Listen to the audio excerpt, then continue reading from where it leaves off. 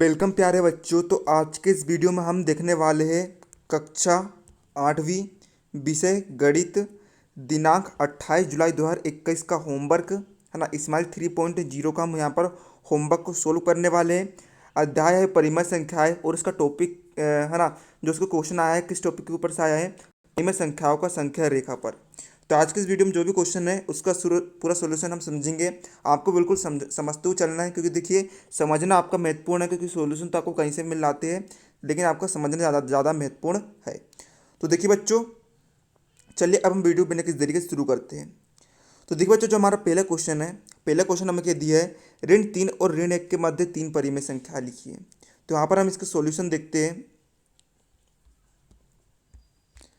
तो देखिए बच्चों, ऋण 3 और ऋण 1 के बीच हम 3 परिमेय संख्या देखते हैं। तो देखिए देखिए सबसे पहले हम क्या करते हैं, देखिए हमें क्या दिया है, 3 परिमेय संख्या ज्ञात करना है। तो देखिए हम करते क्या है, ऋण 3 और ऋण 1 दोनों में हम क्या करेंगे, 3 से 1 अधिक यानी कि हम 4/4 का यहाँ पर दोनों संख्याओं में गुणा कर देंगे। जैसे कि आप यहाँ पर देख सकते हैं 4/4 का हमने गुणा करा। तो देखिए ऋण 3 × 4 कितना आएगा, ऋण 12/4। ऋण 1 बराबर ऋण 4/4 यहाँ पर हो जाएगा। तो क्या निकल कर आया हमारे पास, ऋण 12/4 और ऋण 4/4। तो देखिए ऋण 12/4 और ऋण 4/4 के बीच परिमेय संख्या क्या होगी, देखिए ऋण 12/4 से कम लेंगे हम। तो देखिए ऋण 11/4 है ना, ऋण 11/4 से बड़ा ऋण 10/4, ऋण 10/4 से बड़ा ऋण 9/4। इस प्रकार ये कहाँ तक जाएगी, ऋण 5/4 तक यहाँ पर जाएगी। तो हम इनके बीच में कोई भी 3 परिमेय संख्याएं ले सकते हैं, ये आपका आंसर हो जाएगा। ठीक है ना बच्चों, उम्मीद आप सबको समझ में आ रहा होगा, समझते हुए चलना है आपको। अब देखिए बच्चों, यहाँ पर हमारा सेकंड क्वेश्चन हमें दिया है कि ऋण 4/7 और 3/8 के मध्य 10 परिमेय संख्याएं ज्ञात कीजिए। ठीक है बच्चों, तो इसका सॉल्यूशन हम देखते हैं। तो देखिए क्या दिया है हमें, हमें दिया है ऋण 4/7 और 3/8। ठीक है बच्चों, तो यहाँ पर देखिए हम करेंगे क्या, हम इन दोनों संख्याओं का लघुत्तम निकालेंगे। तो लघुत्तम कैसे निकालते हैं, देखिए इन दोनों के हर में क्या है, इन दोनों के हर में है 7 और 8। तो हम यहाँ पर इनका गुणनखंड निकालेंगे। कैसे निकालेंगे लघुत्तम, देखिए सबसे पहले देखिए हम सबसे छोटी संख्या से भाग देंगे। देखिए 8 में 2 का भाग चला जाता, तो देखिए 2 है ना। 7 में 2 का भाग नहीं जाता, तो हम 7 को 7 से लिखेंगे। 8 में 2 का भाग जाता है 4 बार। इसी प्रकार देखिए 4 में 2 का भाग जाएगा 2 बार, फिर 2 में 2 का भाग जाएगा 1 बार। अब देखिए 7 में एक बार 7 का भाग जाता, तो देखिए हम 7 में 7 का भाग देंगे, 1 बार जाएगा और ये 1 बार जाएगा। ठीक है, तो देखिए 2 दूनी कितना होता है, 4 होता है, फिर 4 दूनी 8 और 8 ही 7 56, यानी कि इनका लघुत्तम कितना आएगा, इनका लघुत्तम आएगा 56। तो आप यहाँ पर देख सकते हैं हमने इन दोनों को लघुत्तम लिया है 56। तो देखिए इसके बटे में देखिए इसके बटे में देखिए क्या है, 56 आया है ना। तो देखिए 7 का पहाड़ा ऐसा पढ़िए कि 56 से आगे ना बढ़े। तो देखिए 7×8 = 56 है ना। अब जो 8 आया है, हम इस 8 को गुणा ऊपर के 4 में कर देंगे। तो देखिए 8×4 = 32 होता है, तो कितना आ गया, ऋण 32 आ गया। और यहाँ पर इसके बटे में भी 56 आया है लघुत्तम। तो देखिए 8×7 कितना होता है, 56 होता है। 7 का गुणा ऊपर के 3 से 7×3 = 21 होता है। तो यहाँ पर संख्या क्या आ गई है हमारे पास, ऋण 32/56 और 21/56। तो देखिए बच्चों, हम ऋण 32/56 और 21/56 के बीच हम 10 है ना, हम परिमेय संख्या लिखते हैं। तो देखिए ये जो परिमेय संख्या है, देखिए कहाँ से शुरू होगी, ऋण 31/56, ऋण 30/56, ऋण 29/56, ऋण 28/56 से लेकर जाते जाते हुए धनात्मक संख्या तरफ पहुँचेगी। कहाँ तक पहुँचेगी वे, 18/56, 19/56 और 20/56 तक वे पहुँचेगी। तो यह देखिए कितनी सारी परिमेय संख्या है। हम इन इन परिमेय संख्या के बीच में कोई भी 10 परिमेय संख्या ले सकते हैं, कोई भी 10 परिमेय संख्या हम ले सकते हैं। तो ये आपका उत्तर हो जाएगा। ठीक है बच्चों, तो आप स्क्रीनशॉट ले सकते हैं। यहाँ पर आपको क्या लिखना है, यहाँ पर आपको लिखना है 10। ठीक है, अब देखिए बच्चों, हम देखते हैं अपना क्वेश्चन नंबर 3। क्वेश्चन नंबर 3 हमें दिया है 3/4 और 3/2 के मध्य एक परिमेय संख्या लिखनी है। केवल एक परिमेय संख्या आपको लिखनी है। तो देखिए यहाँ पर हम देखते हैं क्वेश्चन नंबर 3/4 और 3/2, हम इन दोनों का एलसीएम लेंगे। तो देखिए बच्चों क्या दिया है हमें, यहाँ पर दिया है हमें बटे में हमें क्या दिया है, 4 और 2। तो हम सबसे पहले 2 से भाग देंगे तो देखिए 2 दूनी 4, 2 एकम 2, 2 एकम 2, एक का एक। देखिए लघुत्तम कितना आएगा, 2 दूनी 4। तो यहाँ पर देखिए इसके बटे में भी 4 लघुत्तम आया, इसके बटे में भी 4 लघुत्तम आया। तो देखिए बटे में 4 लघुत्तम आया तो देखिए 4 का पहाड़ा 4 एक बार से भाग जाएगा। इस एक का जो गुणा है ऊपर के 3 से हो जाएगा तो देखिए 3 आ जाएगा। और इसमें भी 4 लघुत्तम आया तो देखिए 4 में 2 का भाग जाएगा एक बार तो देखिए, और इस 2 का गुणा होगा ऊपर के 3 से तो देखिए कितना आएगा, 6 आएगा। ठीक है, तो यहाँ पर 3/4 और 6/4 आ गया है। अब हम इन दोनों के बीच में कोई भी एक परिमेय संख्या लिख सकते हैं। तो देखिए 3/4 और 6/4 के बीच में परिमेय संख्या क्या होगी, 4/4 और 5/4 यहाँ पर परिमेय संख्या होगी।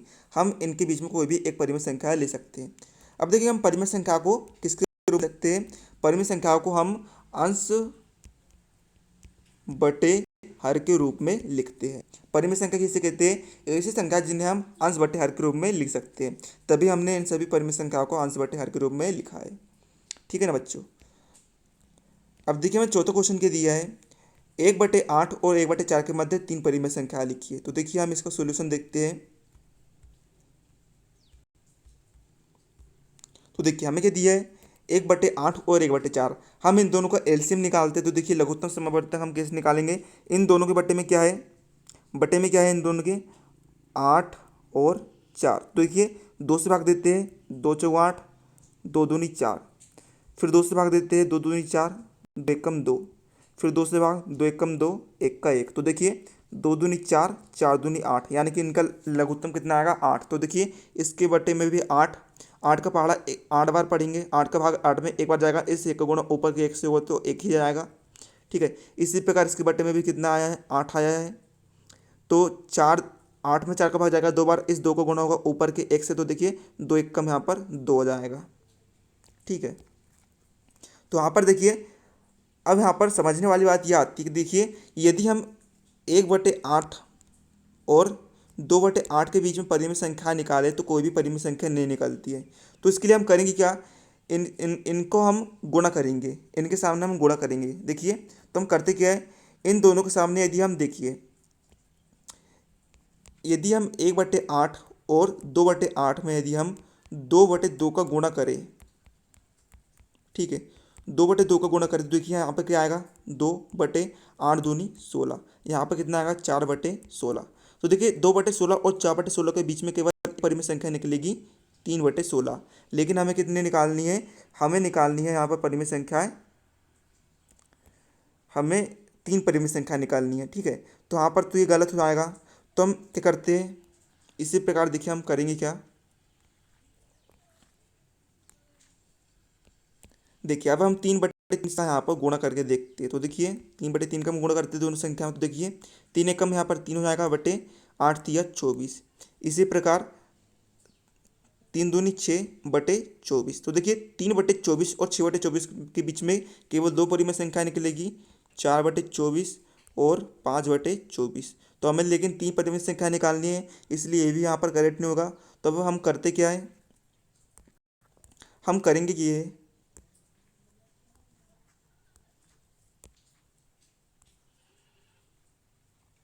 अब हम 4/4 का यहाँ पर गुणा करके देखते हैं। तो देखिए 4/4 का हम दोनों संख्या में गुणा करते हैं। तो देखिए 4 एकम 4, 8×4 = 32, और यहाँ पर 4 दूनी 8 और 8×4 = 32। तो यहाँ पर देखिए हमारे पास 3 परिमेय संख्या निकल सकती है, किसके बीच में, 4/32 और 8/32 के बीच में 3 परिमेय संख्या निकलेगी हमारी, 5/32, 6/32 और 7/32। तो ये आपका आंसर हो जाएगा।